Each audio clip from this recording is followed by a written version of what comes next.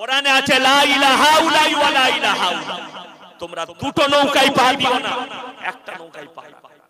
আজকে আমাদের মতো কিছু জগা খেজুরি হুজুর বেরিয়েছে, যার কারণে সমাজ বিভ্রান্তির মুখে আছে। শুনেলেন, একটা করে প্রমাণ দিন।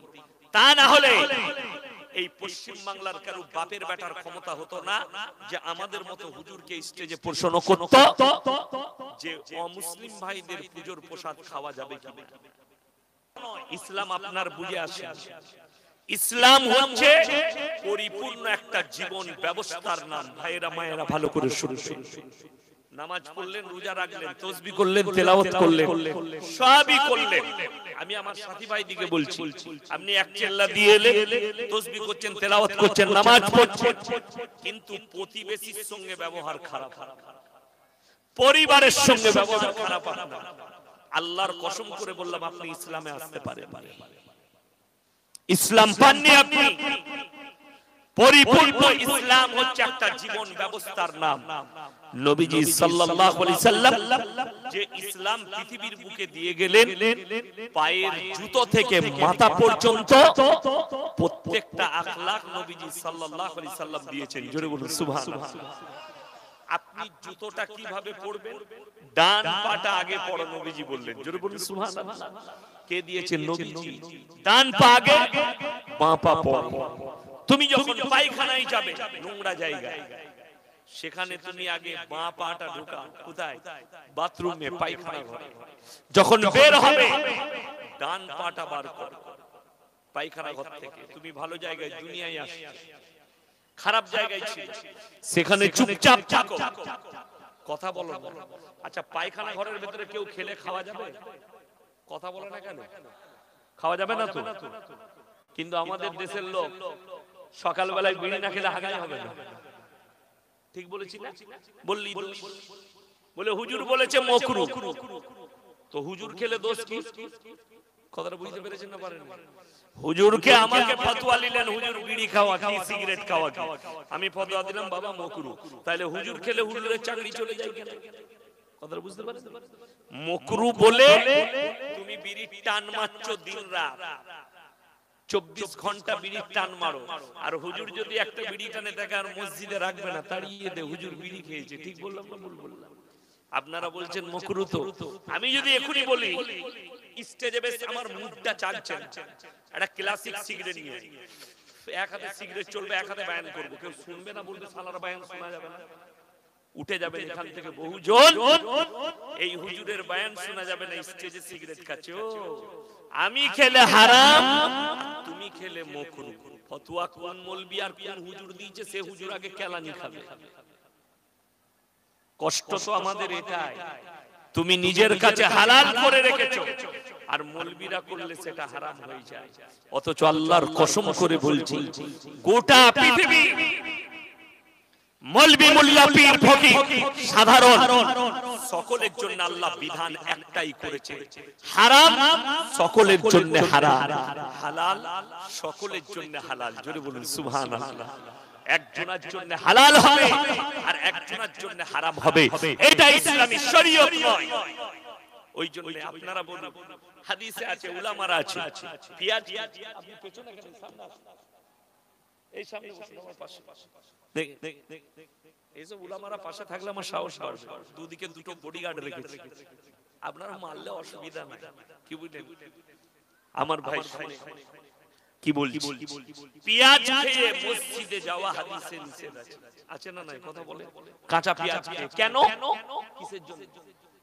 মুখে দুর্গন্ধ হবে বলে, তাই তো? পেঁয়াজ খেয়ে মসজিদে গেলে মুখে দুর্গন্ধ হবে বলে নবীজি নিষেধ করলেন। আর বিড়ি খেলে সেন্ট করবে মনে হয়, সেন্ট করে তো বিড়ি খেলে। আমি খালি চিন্তা করি, যারা সিগারেট খোর, যারা বিড়ি খোর, তুমি তোমার বউকে পার্সোনালি জিজ্ঞেস করবে, হ্যাঁ গো তুমি আমার মুখে যখন কিস খাও ভালো লাগে, ওর মনে মনে হয় কি হারাম করে পাল্লায় পড়েছি। হ্যাঁ, বড় কষ্ট লাগে। বিড়ি খাওয়া যদি মকরু হয় আর যদি খাওয়া চলে, এই মৌলবিরা কেন আমরা খাই না? কথাটা বুঝে আসেনি আপনার? বড় কষ্টের বিষয়। বিড়িটাকে মকরু বলেছে বলে আপনি হালাল করে নিয়েছেন, আর আপনি কন্টিনিউ খেয়ে যাচ্ছেন। অথচ আল্লাহর কসম করে বলছি এই পেঁয়াজের থেকে ডেঞ্জার হচ্ছে ওই বিড়ি। কেন?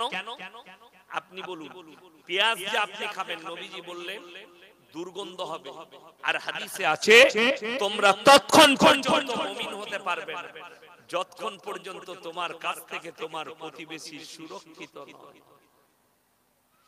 কষ্ট যেন না পায় প্রতিবেশী, তুমি মুমিন হবে না। আপনি যদি পেঁয়াজ খেয়ে গিয়ে এই হুজুরের পাশে দাঁড়ান, আপনার দুর্গন্ধে ইনি কষ্ট পাবেন না? পাবে। আচ্ছা, বিড়ি খেয়ে যদি দাঁড়ান, আচ্ছা পেঁয়াজ যে খাচ্ছেন ক্ষতিটা বলুন, ক্ষতি 1% নবীজি বললেন অপরকে কষ্ট দেওয়া। ডাক্তাররা বলছে 100-র মধ্যে 70% শরীরের উপকার আছে কাঁচা পেঁয়াজ। কি কি উপকার? পেটের হজম শক্তি বাড়ায়, ডাক্তাররা বলছে। রোদ্রের সময় গ্রীষ্মকালে কেউ যদি খাবারের সঙ্গে কাঁচা পেঁয়াজ খায়, তাদের শরীরের যে পানিটা কমে যায়, শরীর থেকে ঘাম হয়ে বেরিয়ে যায়, ওই পেঁয়াজ পূরণ করে। জোরে বলুন সুবহানাল্লাহ। কিন্তু আচ্ছা, বিড়িতে কত পার্সেন্ট লাভ আছে? কথা বলো। 1%ও নেই। বিড়ি যতটা খাবে ততটাই ক্ষতিকারক, ঠিক কি না? বিড়ির প্যাকেটে আর সিগারেটের প্যাকেটে কি লেখা থাকে? কথা বলে না, হানিকারক, ক্যান্সারের কারণ। পানির বোতলটা আমাকে দিন।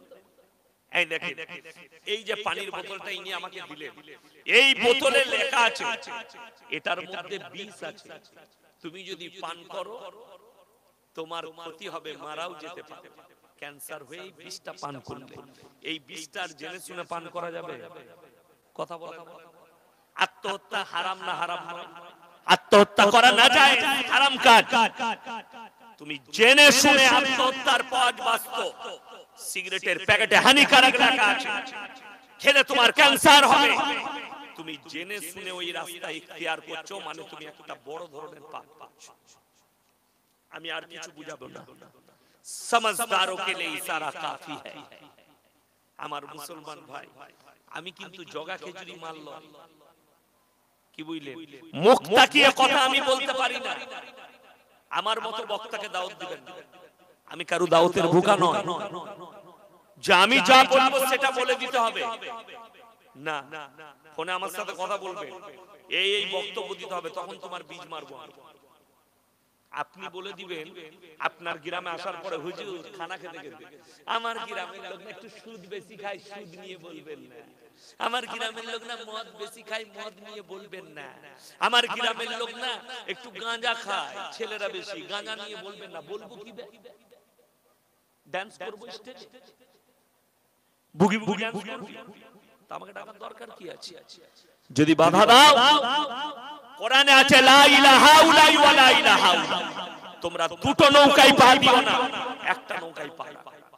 আজকে আমাদের মতো কিছু জগা খেজুরি হুজুর বেরিয়েছে, যার কারণে সমাজ বিভ্রান্তির মুখে আছে।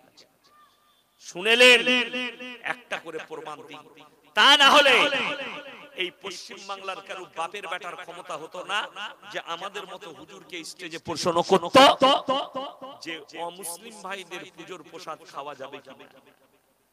এটা আমাদেরকে এখন প্রশ্ন করছে। আমার বাবাজি, আমার আব্বাজি মরহুম গোলাম আহমদ মুর্তজা সাহেব আপনাদের এলাকায় বহু জলসা করেছে না?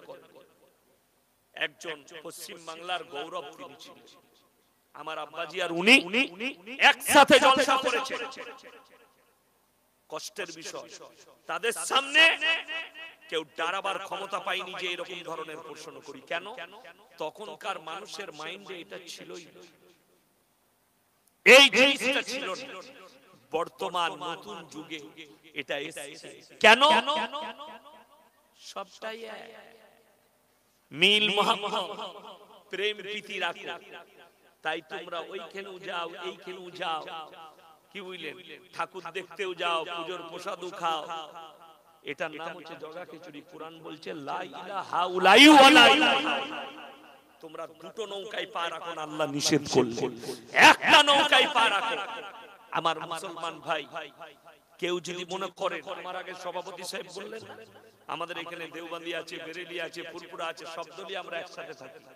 যারা মনে মনে করবে, যাদের মনে হবে আমরা সবাই এক জায়গায় বসে মৌলবীজিকে এক জায়গায় বসিয়ে মীমাংসা করে নিই।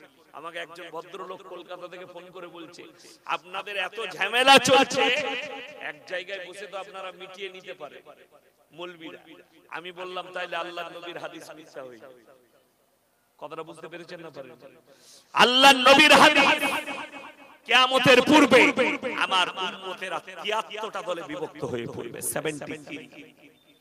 এটা হবে কিয়ামতের আলামত শুরু হয়ে যাবে। ৭৩টা দল, এটাকে রুখতে পারবে না পৃথিবীর কোন দলের মৌলবী, রুখতে পারবে না কোন বুজুর্গানে দ্বীন, রুখতে পারবে না। ইখতিলাফ কিয়ামত পর্যন্ত থাকবে, রুকা যাবে না।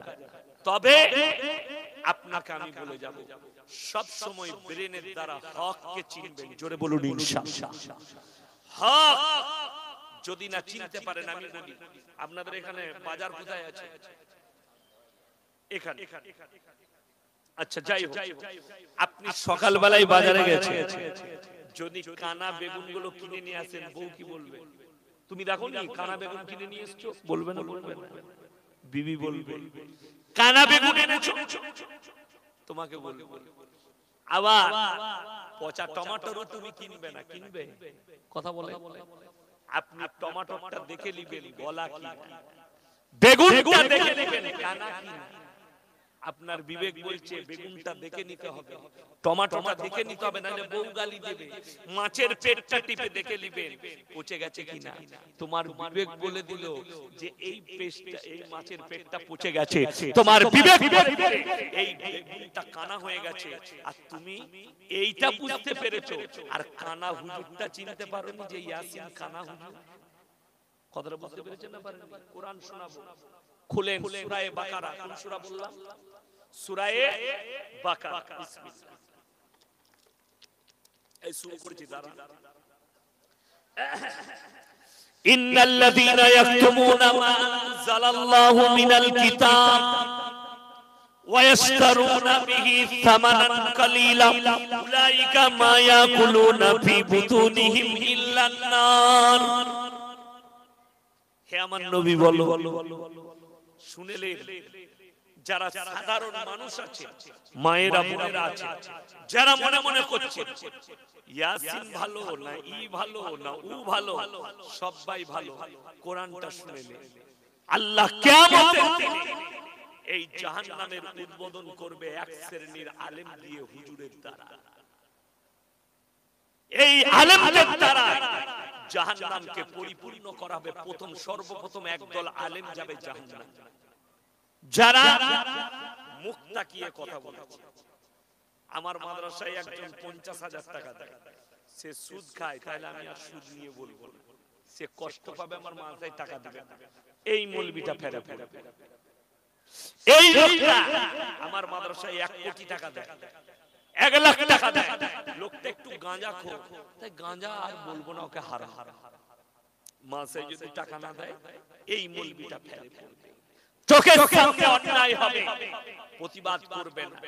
আল্লাহ বলে, হে নবী বলে দাও যে হুজুররা আমার কোরআনের আয়াতকে লুকিয়ে দেবে নিজেদের পেট ভরাবার জন্য, তারা নিজেদের পেটেতে আগুন ছাড়া আর কিছু ভরে। কিয়ামতের দিনে এই হুজুরদিকে কঠিন আযাবে মুবতালা করে দেব। এটা কোরআন সূরা বাকারা। এটাকে আপনি কাটতে পারবেন না আমার মুসলমান ভাই। ওই জন্য সবাই হকের উপরে টিকবো। জোরে বলুন ইনশাআল্লাহ।